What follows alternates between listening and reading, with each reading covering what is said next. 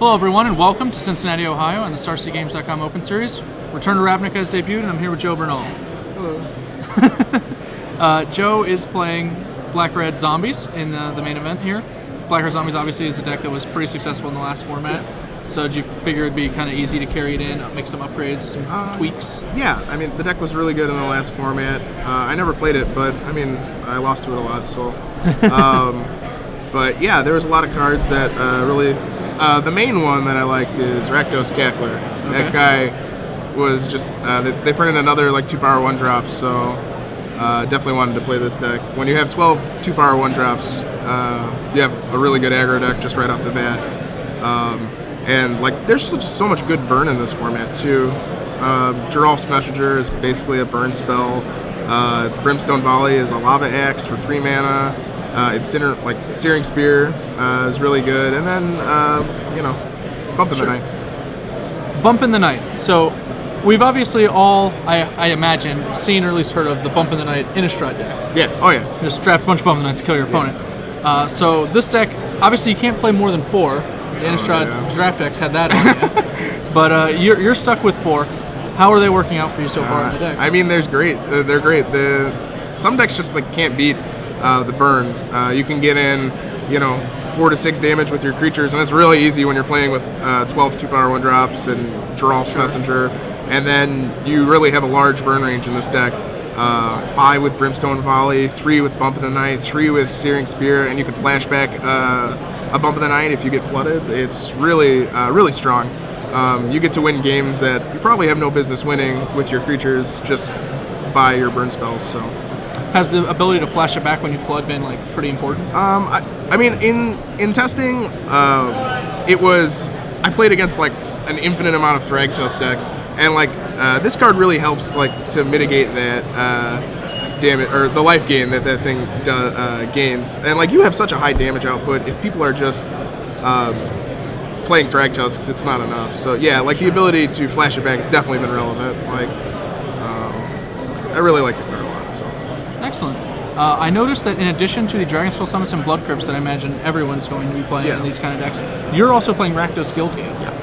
A lot of people have been wondering if the Guildgates are good enough, especially in aggressive decks. Mm-hmm. So clearly you came down on the side of good enough? Oh yeah, I want good mana. Like, I want my mana to be very, very good. And I mean, it's a tap land, so that sucks. But a lot of hands you get are like 2 lands with a Guildgate. Like, it's like not good, but you could still like play a 1-drop, then untap, play a 1-drop, and play a Guildgate. It doesn't really interfere with your game plan. Like, that's another bonus of having all the 1-drops. And like Bump in the Night being a burn spell too, like for 1 mana.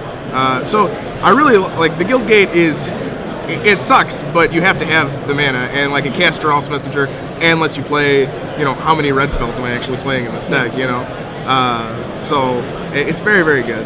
It does let you play a lot more red mana than I think most of the traditional Zombies builds have run. Yeah. So let's move over to your sideboard because it's got a lot more Return to Ravnica. Yeah. You have Dreadbore, which I think we're not that surprised to see. Everyone's kind of calling out Jace and some other Planeswalkers to be like high impact, and you've got your Dreadbores. Kills whatever you want, pretty much. Yeah, I really wanted to just kill creatures, like big, dumb green creatures. Like the big. Yeah, that's what I want to kill. It's just like Tristani and like Angel of Serenity, like anything like that. Any big, dumb green thing, I want to be able to just kill for 2 mana. The Planeswalkers really aren't that good against this deck. You have a bunch of 1-drops. They're just... Fair enough. You've also got Rakdos, Lord of Riots. Yeah, that guy's good. Mythic 4-drop with 6 power over here. Yeah. Where are we bringing in Rakdos, and why did we consider main decking him? No, I never considered main decking him. Okay. He's actually terrible versus most decks. But in any, like, again with like the big dumb green creature deck with like infinite Thragtusks and stuff, like they can't beat this card. They can't beat a 6/6 flying trampler. They're just like when they're playing Thragtusk and you play Rakdos, like that's it. The game just ends. Like, they don't have a lot of removal, like if any.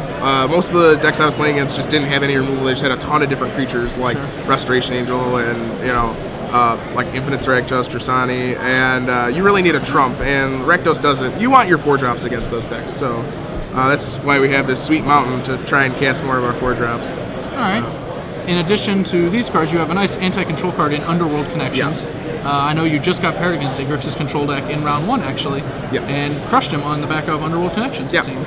I just had like a pretty mediocre hand with a 1-drop and like 2 swamps, and I just played this thing on like turn 4, and it just didn't matter because you just draw a bunch of cards and they can't really race you, so you just get to draw your burn spells and kill them. It also turns on Bump of the Night's Flashback like every game, I imagine. Oh yeah. So then you're just really trying to eliminate 2/3 of the opponent's life total, since one Bump of the Night will do the rest all by itself. And again, like this deck, it's really not hard to do like 8 damage with this deck, and then your burn spells pick it up. Like Geralf's Messenger is good for so much damage, just tons. And they're like all the game plan. Like I noticed like all the blue deck's game plan is just to pillar and like annihilating fire, and then just remove all your creatures from the game. But like if you're just gonna do like a hit here, he dies, comes into play, that's 2 damage, a Blood Artist, you're just going to get in enough damage to be able to burn them out. Sure, you just extract value from a one-time use of the creature, treating it like a burn spell in and of itself. Right. Okay. So you're really just like mono-red sliding them at that point, just like really getting only a little bit of damage in with your creatures, and then, and that's where Bump is like the best, is getting 6 damage out of 1 card is incredible. So much reach in this deck. It's a bargain. Yeah. One more card I want to talk about, Sever the Bloodline. It's an Innistrad card I think a lot of people have picked to kind of like come out of its shell this weekend, especially with just the absence of the decks that punish it the most, mostly Mana Leak decks, obviously. Yeah. So what archetypes are you bringing Sever the Bloodline in against? I really just wanted it in there for like any kind of token deck, or like, again, like big green creatures. I really didn't... really don't like those green creatures. Well, that's the thing. It's like there's... I really like my matchup versus like everything except for like a deck with like Tristani and Thragtusk and Centaur Healer and all these like ridiculous hate cards for zombies. So I really wanted to be prepared for like that deck. I feel like the mirror is just gonna be like a dice roll. Like I have main deck pillars and stuff. So, and hopefully they're all playing green and they're taking way more damage than I am. So you just bump them out. But like against the green decks, it's actually like the only grindy matchup you have. So you really want like more finishers, hard removal, and an extra land I brought in, but to cast my big guys. But yeah, Sever's like really good versus their deck, like just having multiple Thragtusk tokens and just being another hard removal spell. Okay. So. Do you bring it in against the Entreat the Angels archetypes, or are you worried about? No, I just want to kill them. Okay. Yeah, I don't want to like piddle around with any of that stuff. I just want to burn them out. All right, that makes sense to me. Well, Joe, thanks for joining us. Thank you. Good luck in the tournament. Thank you.